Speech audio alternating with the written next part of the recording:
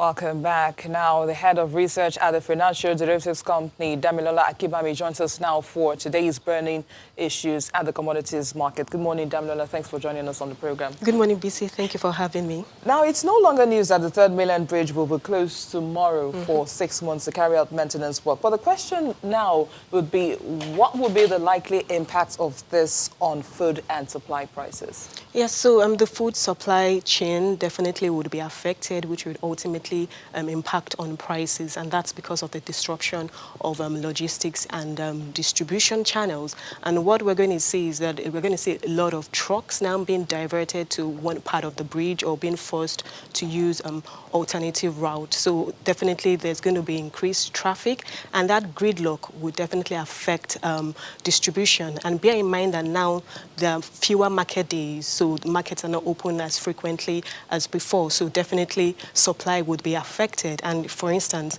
some of these trucks could be carrying perishable commodities. So by time, because now the delivery time has been delayed or elongated, so before those trucks can get to the markets, the value of some of those perishables could have deteriorated, which would affect supply and push up prices. So definitely we're going to see it could lead to an initial increase in commodity prices. But for corporates, there's virtual working, so you're not going to see as much cars on the road, because most corporates would definitely tell maybe their employees to work from home. So the pressure on the roads would be reduced. So that may even provide some respite, albeit temporarily, for the traffic congestion that is likely to occur. Now, you talked about the markets. Now, let's not forget that coronavirus is still spreading fast at community levels. But does a partial reopening of food markets not pose a threat also to food distribution and sales, as we're still seeing overcrowding in these markets? Yes, definitely. That's still a major risk. And that's why you see a lot of retail shops right now. They're offering services of home delivery services, so at least to reduce the number of people that go to these stores. And the open markets, to an extent, you can't really control the crowd, especially now that there are fewer days. So everyone is targeting certain days. So that's still a major risk. And I know that the government has tried to put in place measures to try and limit the number of people in the markets. But I think now it boils down to individual and social responsibility. If everyone goes out and they're wearing their masks and adopting social distancing measures, having a significant amount of space between them and the person beside them, I think to an extent that should provide some respite to it. But definitely it is a major risk. But are people really taking advantage of this home delivery? Oh, well, yes, we've seen an increase in online delivery. We've seen an increase even in online commerce. So a lot of shops, a lot of retailers are now taking advantage of delivery services. We know that even this online space right now, you're having likes of Konga, Jumia, most of them actually seeing an increase in sales. So definitely Nigerians, again, when something happens, you have to make adjustments, whether it's compulsory or whether it's voluntarily. And we're seeing that now take impact. So definitely Nigerians are taking advantage of home delivery. Now, a few days ago, the Minister of Aviation announced that international flights may resume before October, despite the ban on flights from Europe and the UAE. But the question would be now that, won't this continue to take its toll on economic activity? We're still in July.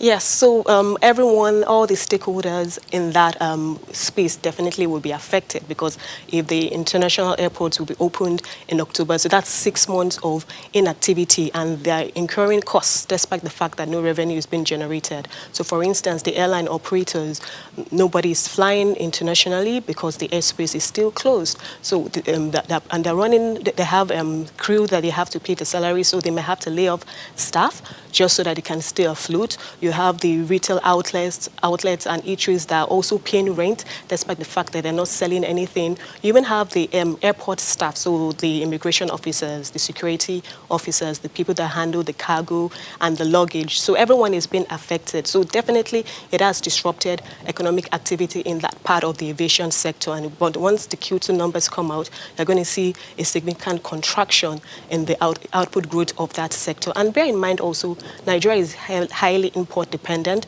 So a lot of these imported commodities, you start to see shortages because the shops can't restock And so it's that you start with shortages, then you see price hikes, and then ultimately these commodities are unavailable. So what actually that means is that it provides an opportunity for domestic production, because once the imported goods are not available, people start to shift to local production. It just takes us back to what happened in 2016 when we had a similar exchange rate crisis, and we saw a boost in local production. And we've seen that the government is intensifying its efforts towards backward integration, towards import substitution. So yes, economic activity will be affected in the international space, but it's an opportunity for domestic production to grow. Now let's talk about the 2021 to 2023 medium-term expenditure framework and fiscal strategy paper, which was presented to the National Assembly by the President on Tuesday, where the federal government is proposing 12.66 trillion naira as aggregate expenditure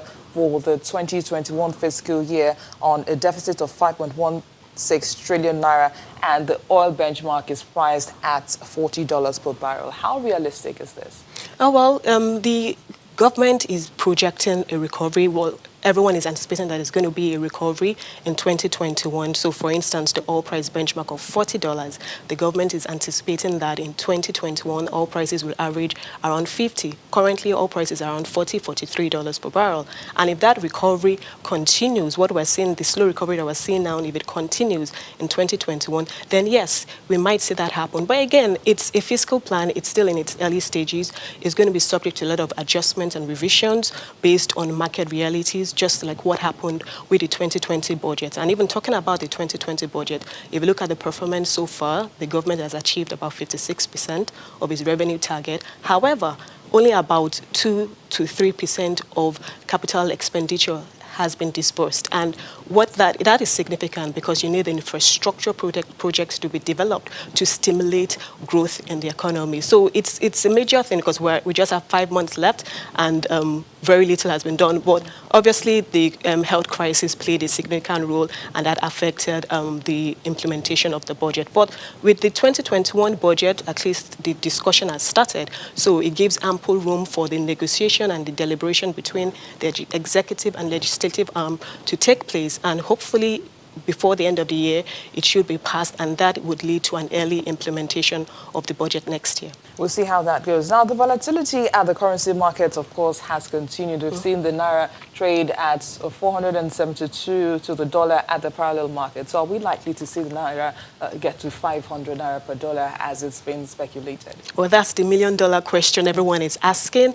I think as long as the fundamentals still remain unchanged in the forex market, and by that I mean that we're not seeing any improved forex supply, despite the fact that oil prices are increasing. Yes, but our production levels are still a little bit, they're below what our benchmark target is, although above our quota. So definitely we're still seeing that constraint in terms of oil proceeds. We know that investment flows are depleting because of the uncertainty out there. And there's still that demand backlog. We just talked about international airports not being open until possibly October. Once international flights commence, that demand is going to increase and heighten, and you're going to see more pressure on the currency. So as long as we're yet to address the forex supply, and we're still having so many exchange rates, we know that, yes, there's that gradual shift to unification. We're going to see some pressures definitely on the currency. Now, another issue here is the fact that Cameroon is making a major demand for the importation of petrol. Could this mean that our border closure is beginning to yield results? Of course, we know that prior to this, the petroleum products were being smuggled out of the country. And if that's the case, does this present a big market opportunity for Dangote refinery when it comes on stream next year? Well, yes. So the border closure has definitely addressed the smuggling issue that the country has been facing. And Cameroon is one of Nigeria's neighbors towards the eastern part. So the fact that Cameroon is importing refined petroleum products, and because of its close proximity to Nigeria, it's a readily available market for Nigeria, and more importantly, even Dangote's refinery, which is expected to commence operations sanctions in 2021. So that's good news for Nigeria, because then we can export refined products, and and that would also boost foreign exchange. We talked about forex supply, so that is another way of boosting our forex supply. And for Nigeria, so that means increased exports. Our import bill too would reduce, because one of a major part of our import bill is refined petroleum products. But once Dangote's refinery kicks up, we then reduce the amount of refined petroleum that we're importing. So our terms of trade will be favorable. We have an increase in forex supply, external reserves continue to increase. That provides stability for the exchange rate. So in the long run, definitely Nigeria stands to benefit from increased import from its neighboring countries. Which is what everybody wants. Now, Yes. that brings us to the latest developments in the crude oil market. Of course, as at this morning, we saw Brent trading at about $44 per barrel, and that's despite a boost in U.S. oil inventories. What's driving the numbers? Well, the oil market is just being driven by supply and demand dynamics, and we saw an uptick in oil prices to $44, like you rightly mentioned, but then we're still seeing an increase in U.S. crude inventories, and the U.S. is a major player in the oil market. It's actually the largest oil producer, so whatever happens in that country and whatever happens in the oil sector of that country definitely would impact on prices. And yes, we know that OPEC, at least from August, is going to ease on its production cuts. So if that is going to happen, plus the U.S. inventory increasing, that could actually depress prices further. But the good thing is that at least we know that there's been a pickup in demand. We're seeing a recovery in several countries. We're seeing a pickup in energy demand. That should provide some balance for oil prices. So in the near term, we're going to see oil prices continue to trade around current levels, $43, $44. It may even reach $45 if the recovery is sustained. All right, Head of Research at the Financial Derivatives Company, Damilola Kibami, thanks for coming on the program. Thank you, BC.